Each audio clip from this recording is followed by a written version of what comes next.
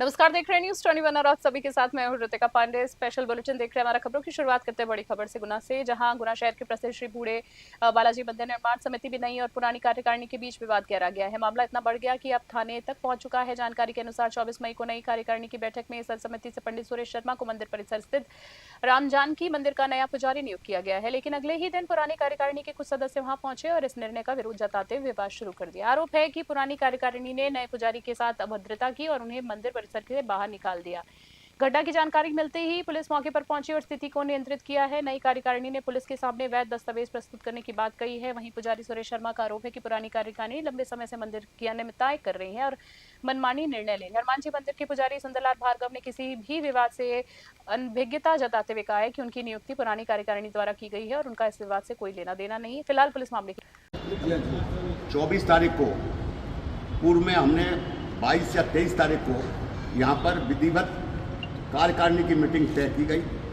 इसकी हमको एक पंडित की नियुक्ति करना है, ये हमारे मन में था, क्योंकि वर्तमान में केवल एक पंडित जो श्री बूढ़े बालाजी मंदिर पर श्री सुंदरलाल जी कार्यरत हैं वो हमें स्वीकार है, परंतु ये पद ये जगह खाली थी पूर्णतः, इसलिए एक और व्यक्ति का उनको भी समस्या का समाधान कम हो जाएगा, एक व्यक्ति और आ जाएगा। हम लोगों ने मीटिंग करने के लिए कल मीटिंग करी 23 को या 22 को। इसकी सूचना कि कौन कौन व्यक्ति पुजारी के लिए इच्छुक है हमने आलाप पेपर में, देखिए हम आलाप पेपर में इसलिए कह रहे हैं, सभी यहाँ बैठे हुए हैं, जितना पैसा हम खर्च कर सकते थे उसी पेपर के माध्यम से हम सूचना देंगे भैया। तो हमने आलाप पेपर में सूचना दी कि जो भी पंडित आना चाहे वो आए। मामला बताइए सर। सहयोग तो हम सभी का कर रहे हैं, उनका भी कर रहे हैं, इनका हमारा पूजा पाठ का सब काम है, सेवा का काम है, बाबा की सेवा कर रहे हैं। अभी नई समिति ने आपको नियुक्त कर रखा है कि पहले से ही? पहले से ही है। अच्छा, पहले से। अब जैसे कि आप लोग जानते हैं, लंबे समय से 72 से ये समिति यहाँ बनी हुई है। पुरानी समिति के आधार पर आप लोग जो जिस तरीके से भी यहाँ मंगल कार्यक्रम होते हैं उसकी रसीदी काटी जा रही है, तो पुरानी समिति के माध्यम से क्यों कटी जा रही है जब नई समिति की नियुक्त हो गई? क्या कहना चाहोगे आप? अब ये तो सर इसके बारे में तो अब उन्हीं लोगों से आप जानकारी लें। वायरल हो रहा है कि आपकी बाकायदा कागज टाइप की पकड़ के और आपके साथ बदतमीजी की जा रही है। 23 तारीख को सर्व समिति की बैठक हुई और जिसमें मुझको श्री राम जानकी मंदिर पर पुजारी पद के लिए नियुक्त किया गया और मुझे नियुक्ति पत्र दिया गया। कल आप पूजन करेंगे 24 तारीख को। तो जब कल शाम को मैं आया तो जो पूर्व अध्यक्ष हैं हमारे अवस्थी जी, उन्होंने कहा आप पूजा नहीं करोगे। मैंने कहा भाई समिति का आदेश है, जो मेरे पास नियुक्ति पत्र है। नवरंगपुर जिले के चंदाहांडी क्षेत्र में बैलों के साथ कथित मारपीट का मामला जो है अब तूल पकड़ता जा रहा है। विवाद खड़ा हो गया। बड़ा आरोप है कि कुछ लोगों ने चंदाहांडी से रायगढ़ जा रहे व्यक्ति को लोधुआ पाड़ा गांव के पास रोक लिया और 44 डिग्री की भीषण गर्मी में उसे पैदल चलने के लिए मजबूर किया और मारपीट भी की गई। इस पूरी घटना का वीडियो सोशल मीडिया पर वायरल होने के बाद मामला और तूल पकड़ गया। घटना से आक्रोशित यादव समाज के सैकड़ों लोगों ने चंदाहांडी थाना का घेराव किया और आरोपियों की तत्काल गिरफ्तारी की मांग की। प्रदर्शनकारियों ने चेतावनी दी कि जब तक सभी आरोपियों की गिरफ्तारी नहीं होगी वे थाने से नहीं हटेंगे। स्थिति को देखते हुए पुलिस ने बातचीत के लिए समाज के प्रतिनिधियों को बुलाया है और आश्वासन दिया कि मामले की सख्त कार्रवाई की जाएगी। वहीं पुलिस ने बताया कि अब तक 3 आरोपियों को गिरफ्तार कर लिया गया है। अन्य तलाश जारी है। पुलिस के आश्वासन के बाद प्रदर्शन समाप्त किया है। 21 तारीख में जो हमारे यादव लोग को माने बैल उन लोग को खेती के लिए ले जाने थे, उन्हीं का टाइम में उन लोग बजरंग दल वाले पकड़ कर जो मारपीट किए और 45 डिग्री धूप में जो इसी टाइप का जो स्ट्रक्चर हुआ है, आज तो हमारे यादव कुल के लिए वो बहुत निंदनीय का बात है। आज जो रैली हुआ वो चंदाहांडी थाना घेराव किया गया।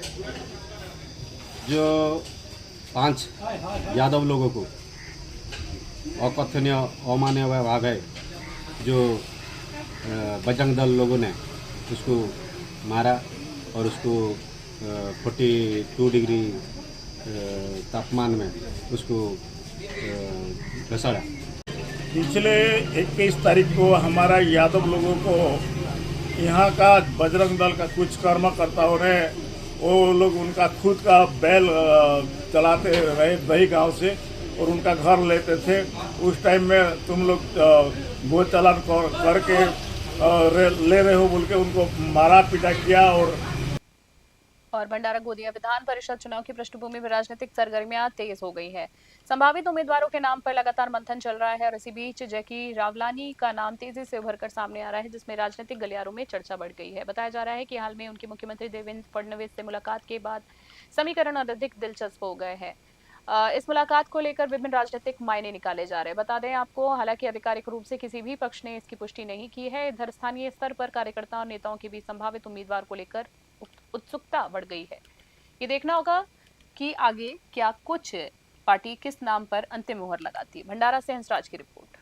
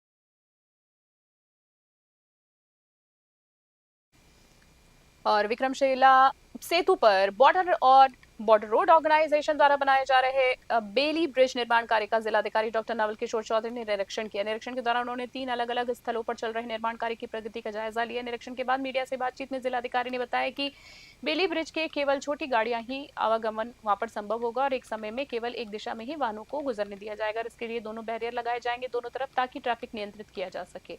कहा जा रहा है कि यातायात व्यवस्था को सुचारू रखने के लिए दोनों छोर पर दंडाधिकारी और पुलिस बल की तैनाती की जाएगी। थानाधिकारी मौके पर बैठकर वाहनों की कतार व्यवस्था और सिग्नल प्रणाली के आधार पर एक एक करके वाहनों को पास करेंगे। कुल 3 बेली ब्रिज बनाए जा रहे हैं, जिनमें से एक मुख्य स्लैब आर पार कार्य हो चुका है। दूसरा ब्रिज लगभग पूर्णता की ओर है, जबकि तीसरे की लॉन्चिंग की तैयारी चल रही है। डीएम ने उम्मीद जताई है कि पूरा कार्य 5 जून से पहले पूरा हो जाएगा। भागलपुर से राहिल सिद्दीकी की रिपोर्ट।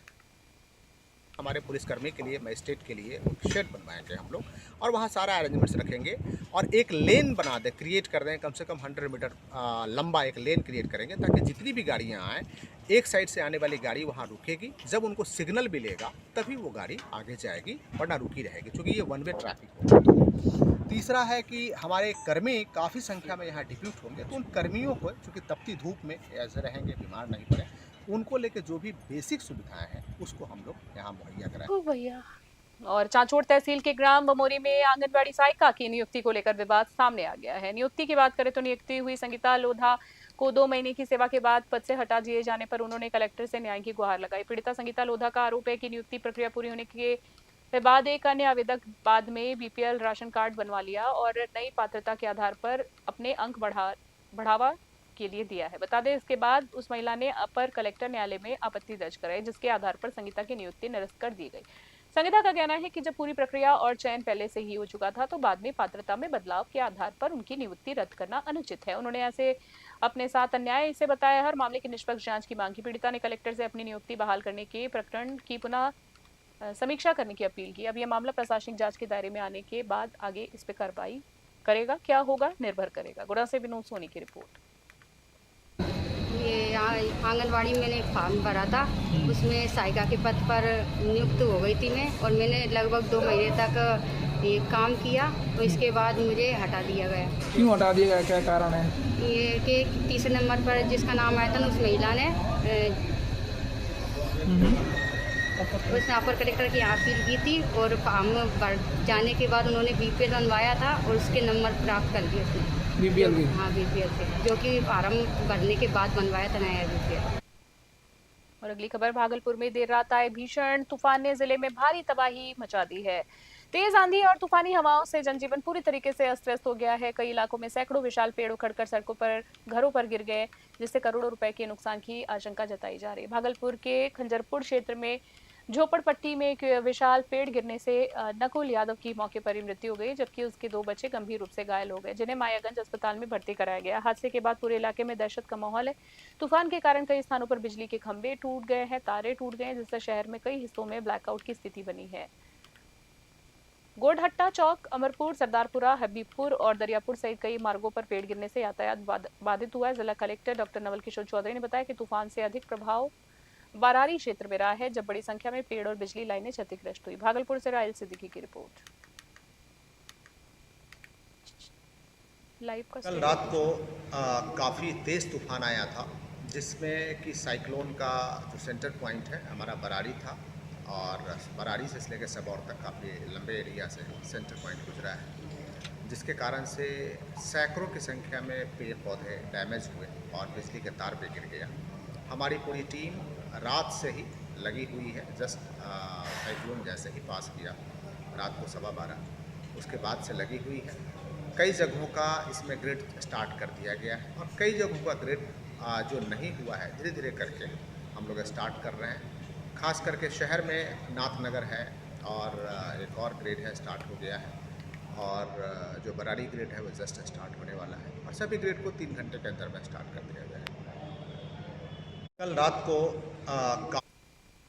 स्वदेश दर्शन योजना के तहत भोरमदेव क्षेत्र में चल रहे 146 करोड़ रुपए के भोरमदेव कॉरिडोर निर्माण कार्य की उप मुख्यमंत्री श्री विजय शर्मा ने समीक्षा बैठक ली।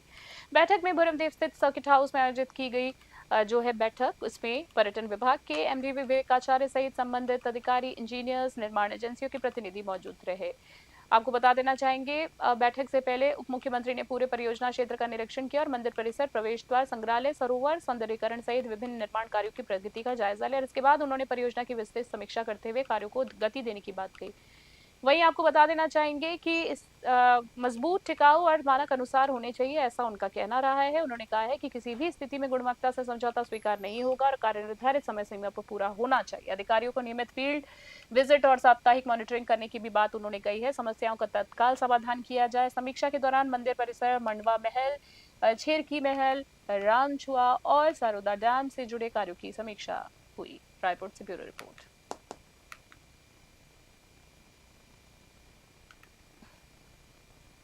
अगली खबर की बात करें, शहर के हीराबाग क्षेत्र के सामने मंगलवार एक मकान की ग्राउंड फ्लोर पर संचालित संतोष किराना दुकान में शॉर्ट सर्किट के कारण भीषण आग लग गई है।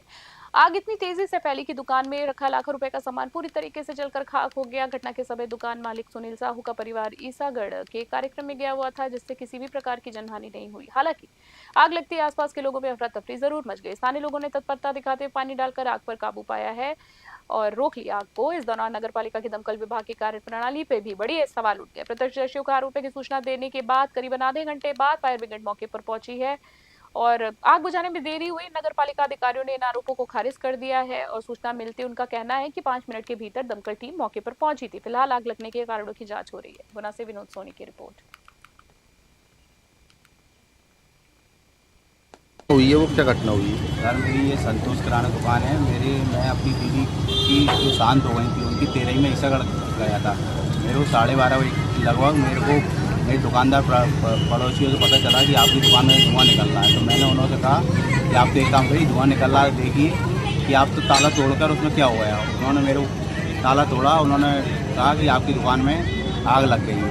मैंने कहा फायर ब्रिगेड वगैरह बुलाओ, मैं आ रहा हूँ। तो वो कहने लगे आप आ जाओ।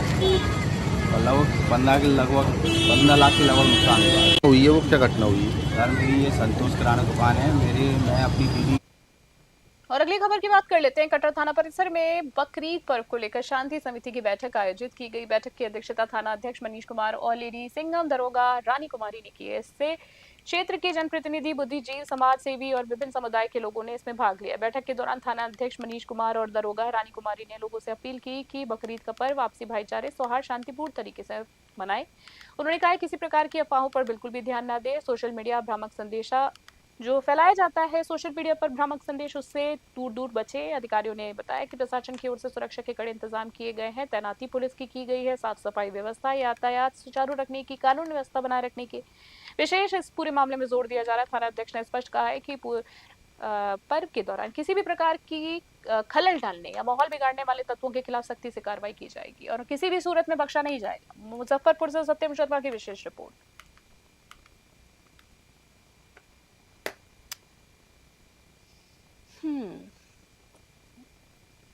बस स्पेशल बुलेटिन में इतना ही। बने रहे न्यूज़ 21 वीकली। नमस्कार, जय हिंद, जय भारत।